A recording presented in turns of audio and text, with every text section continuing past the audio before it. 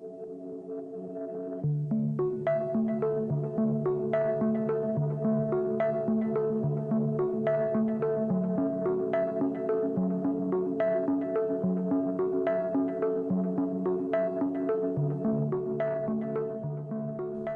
everybody, welcome to the dungeon. My name is Robin and today is Flameworking 102.75 Banded Hollows.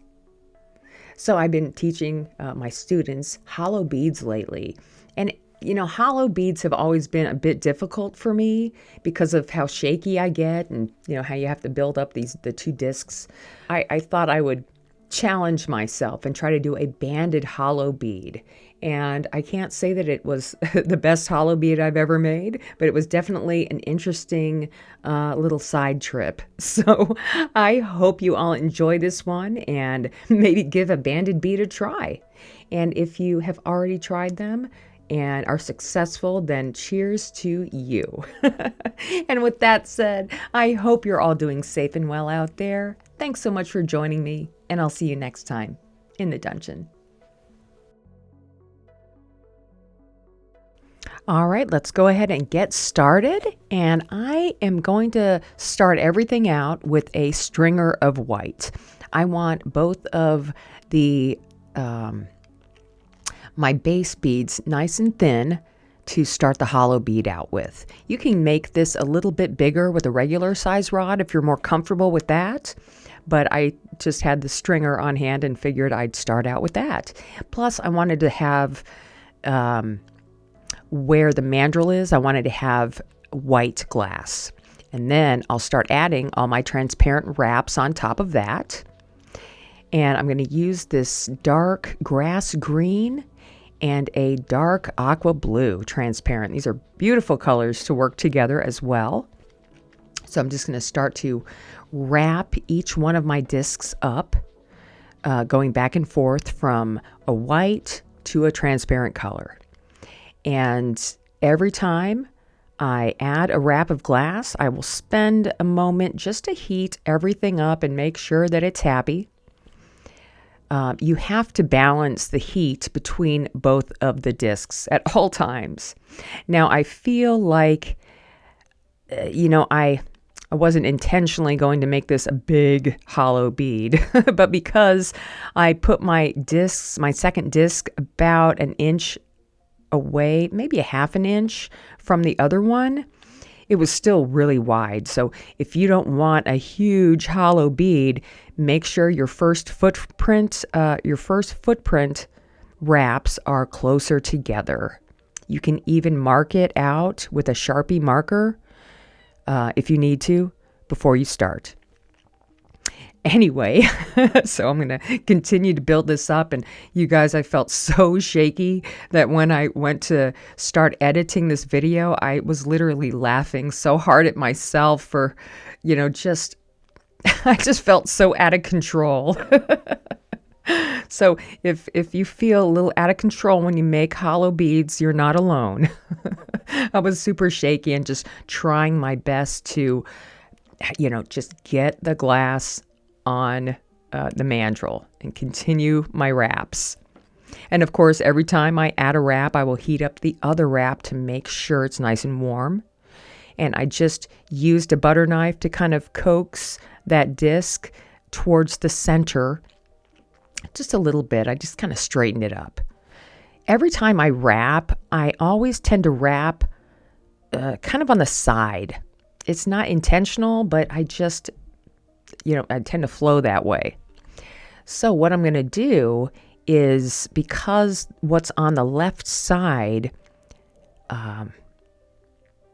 it just tends to lean to the right, I will turn my mandrel around and it'll make it easier for the right side to cascade over, if you know what I mean. We'll get there in a second. But first, when I go back to reheat my other disc, it just kind of popped off the white. And I got lucky because just the white popped off and it left a nice blue ridge. So I'm just going to spend a second to straighten up my mishap right there. And I am going to just add a little bit more white onto this wrap, hoping and keeping my fingers crossed that everything will be okay. And these are, these are sloppy. These are sloppy wraps, you guys.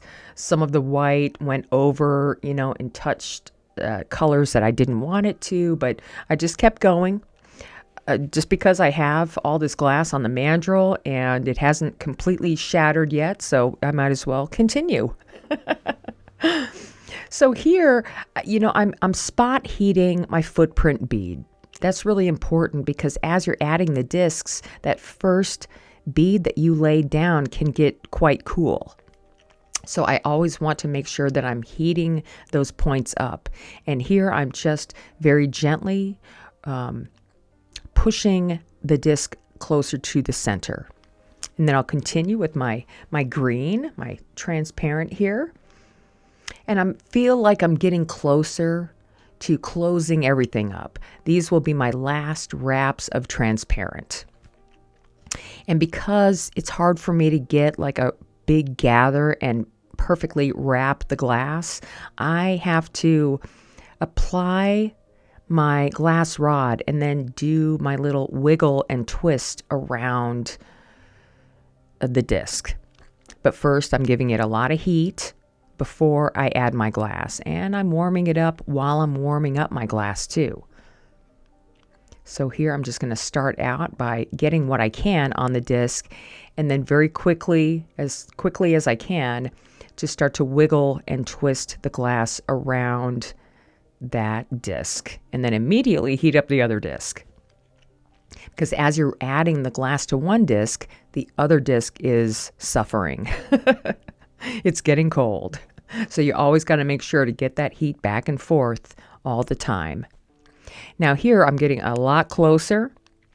All I have to do is very gently start to coax both of these discs closer to each other.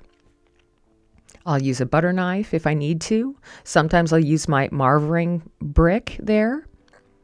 I'm just going to turn this around because one disc is a little wider than the other one. So I'm going to slowly start to coax that one over and get it closer and closer to the center. Always want to make sure that I just keep everything warm. Now, there might be times where one of your discs becomes loose from the mandrel, and there's honestly not much you can do at that point. I've been there before, and all I can do is start over. But you're still getting that practice in. It's so important because every time you mess up, you learn so much. And that's how we grow, by messing up. All right, now that I'm feeling a little bit better about everything, I'm going to try to add this final wrap of white and zip up both of those transparent colors that it's touching. So I'm really trying to get both of these colors to touch, to touch the white. And it may not happen. It may not happen all the way around. The most important thing here in this final wrap of color is that we're looking for any opening areas that the glass is not sealed off to yet. So I'm going to just roll a little bit down those bumpy areas and try to get control of my mandrel here. And then what I can do is if I still have some ridges, then it's easy to heat up those areas where you see a little opening and just squeeze them down where you can. Just heat up just the area and squeeze down on both of the color discs just a little bit to then close everything off. Sometimes you may have to add a little bit of color or a dot here or there to fill in a gap. And that's totally cool as long as at the end everything is sealed. Then we can go ahead and start heating everything up. And I know sometimes when you're heating up a hollow bead, it can get really out of control. So what I tend to do here when I'm heating everything up, I will try to focus my heat on just one side.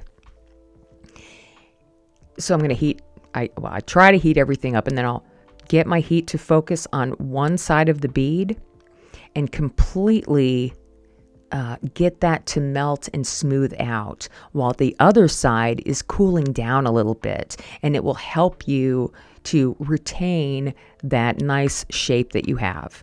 And then once the side that you finished cools down, you can start to heat up the other side, and only that side will get hot. So the cool side is helping out the hot side. All right, I have a little bit more heating left to do here. And I kind of thought things were looking a little naked, even though I was super proud of myself for just getting to this point. And now there's a lot you can do once you have a hollow bead made. It can be a lot stronger than you think. So you can start to add more pattern if you want. And here I wanted to add just a whole bunch of dots on the white wraps. So I'll start out with this translucent pink. I can't remember the name of it, but I'll put it in the bottom of the description. It is a CIM color. It's kind of opaque, kind of transparent. I love it. And I will do a couple more demos on these translucent colors in the future too.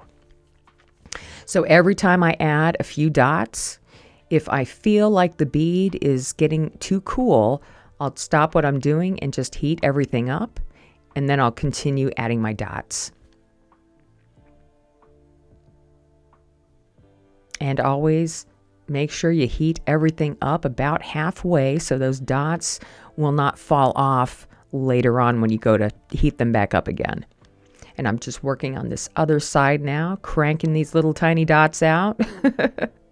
Now, I had a comment a couple weeks ago about somebody asking why I don't just use a stringer for my dots. And, it's just a personal preference. If you have done a lot of dot work, it's not that difficult to get tiny, tiny dots from a rod. You just have to be careful about where you're heating up the rod in the flame. Other times, if I am thinking ahead and I know what I need, I will make sure I have sometimes stringers for the smaller dots. But that's when I'm thinking ahead and I know exactly what I'm doing and preparing. I wasn't 100% prepared on this one with the dots. I didn't know I was going to add all these dots until I started adding them. But I kind of felt like I liked the way the bead looked just as the stripes, but I just wanted a little bit more. Dots and lines are like best friends, so it's fun to have them play with each other. All right, so I'm going into using a blue aqua now, and it just, when I went to melt it in, it just looked a little bit too blue, and I wanted it to be on the pinker side. So I'm just going to go ahead and go in there, see how it's kind of blue here. I wanted a little bit more. I needed more. So I had a gold ruby rod sitting there, and I picked that one up and thought that if I add the gold ruby on top of some of these dots, it would give it a nicer effect in the end. I just needed some pink in there somewhere. But I did leave some of the blue dots on top of those translucent dots just the way they are, just to give it some difference and some interest and all that good stuff. All right, I'm just going to turn this around and finish the dots. Just working on this bottom half, grabbing some heat in my glass every time that I go to take the dot off, and I'm getting more glass to lay the next one down. And when I'm done, all we're going to do is heat everything up and we will be finished. Now, the final heat on this, I totally try to take my time. I walk everything around from the sides to the front, trying to heat everything up at the same rate at the same time. And when I'm ready to, I can let one side start to cool down while I heat up the other side, and then vice versa. So everything gets nice and hot and smooth and still retains a round shape. All right, you guys, I hope you enjoyed this one. Let me know what you think of these, of the Banded Hollow. And with that said, I hope to see you all next time in the dungeon.